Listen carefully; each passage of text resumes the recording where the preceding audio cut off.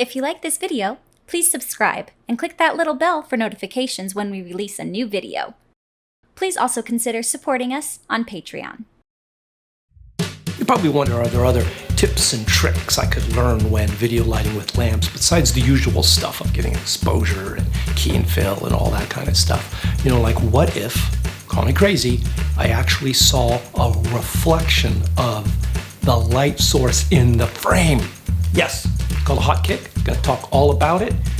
Welcome to Pull My Focus, Adventures in the World of Digital Filmmaking, where we give you the inside tips you need to make great video.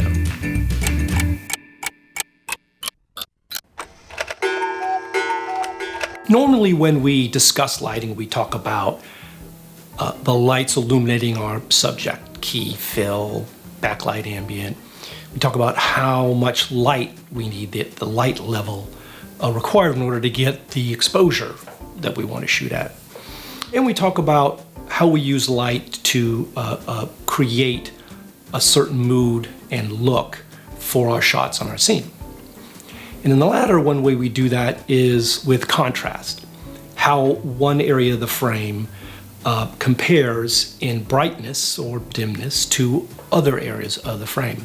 And that's where we talk about reflections of the light source itself. Now, what do I mean by reflected light? I mean, all light is reflected, right? The light is reflected off of the subject, props, the set, and captured by the camera sensor. We even bounce or reflect light off of white cards and walls and ceilings and whatnot in order to illuminate our shot. What I'm talking about specifically is the actual reflection of the light source itself off of an object in the scene, what we call a hot kick. Here's my dining room table. I'm facing my windows, and on the table you can see a hot kick created by daylight coming in from the window. A reflection of the light source, which in this case is my window. If I place a mirror on this hot kick, you can see it, the light source, the light from the window. So the table reflects the light source, my window, but because it's not shiny like a mirror, it's a bit diffuse, it therefore becomes a bright spot, right? It reflects the window as a bright spot or area on the table, a reflection of the light source, a hot kick. Let's put a black card there. You can still see the kick. It's turned the black card gray, practically. It's changed the contrast of that card in the shot. Now, what can we do with it? If I put an object in front of it, that kick creates contrast between the object and the table. It silhouettes the object. It creates a sense of depth by separating the two areas of the frame. This gives me another tool in my toolkit to create and play with contrast in the shot, to help create depth and a mood. Now that hot kick reflection was from my window. What if you want to create one with a lamp? Well, that's where we have to get into angle of incidence and angle of reflectance. Now, it may sound complicated, but it's not. The angle a light hits a surface, it reflects off of it at the exact same angle. Draw a line perpendicular to the surface at the point of the reflection. You'll see how the angle of reflectance mirrors the angle of incidence as I move the light. Now, you don't need to run string and line all over your set to try to figure out these angles. You can look at it from the side and imagine where it's at, and then position the camera or the light up and down, side to side, to get that hot kick that you're looking for. Now, because it's a reflection of the light source, it doesn't need to be as bright as if it was just illuminating the subject or the object. It's a hot kick, right? So if the tone of the object is brighter, like here, the white card, well, we really have to dim that light down. So that's hot kick on a flat surface. Where else is it useful? How about a vertical one? Maybe not flat, but side of the face, edge lights, or backlight, rim light. Here I have a backlight right outside of the frame. to give me a hot kick off the side of my face.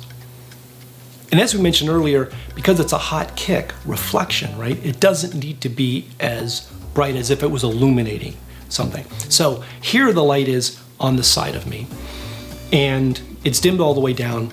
You don't even notice it. Let's brighten it up. Okay, now you notice it on the side of my face. Now let's move it back to the backlight position, keeping that same level of illumination. Well, now let's bring it down to that dimmed all the way down point. And here, we notice it. Before from the side, it did nothing. But as a hot kick, even dimmed down, it gives us a reflection off the side of the face. Now I'm using a small hot source of light for that kick, but a lot of times using a bounce card or a softbox, or basically a wider, softer source can give you more wraparound in your edge light, in that the hot kick of a soft light. Now you'll see this technique used in movies and TV shows, this hot kick edge light, and it's particularly useful when you're lighting darker skin talent.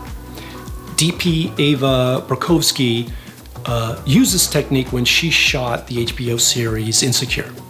She asked the makeup department to use a reflective base on the actors so that she could model the faces with reflective light. And it was a really a beautiful series to watch, and unique and interesting way to light talent. Where else can hot kick reflections be useful? Night exteriors. You ever wondered why it always seems like it just finished raining whenever the characters go outside in a movie? Well, that's because they wet the streets so that the black, gray asphalt, which normally sucks up light, now reflects it, giving depth and interest to the street and the shot. This is even useful on streets during the day. So those are ways that you can use hot kick reflections of your light source from your lamps or natural light to help you adjust the contrast in your shot and create interesting moods and scenes. By the way, that light behind me on that white door is a hot kick. It's a lamp I was using on the table. It's the same one, and it's at an angle where it's giving me a hot kick, dimmed all the way down, just to add a little bit of pop in the background. Thanks for watching. Don't forget to check out pullmyfocus.tv for the companion articles that go along with our videos. You don't always have to watch them. Once you've watched them, go there and you can read it and skim and scan and get that specific tip you were looking for or whatnot.